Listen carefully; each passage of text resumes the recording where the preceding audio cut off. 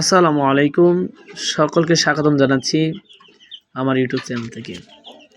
আমরা যারা মুরগি পালন করি, দেখা যায় মুরগিগুলো এখন এই যে 3 মাস বয়স হয়ে গেছে। ওখানে অনেকেই আমাকে জিজ্ঞাসা করছে যে ভাই, আমরা মুরগি পালতেছি, খালি আদার খাওয়াচ্ছি, অন্য কিছু খাওয়ানো যাবে কিনা?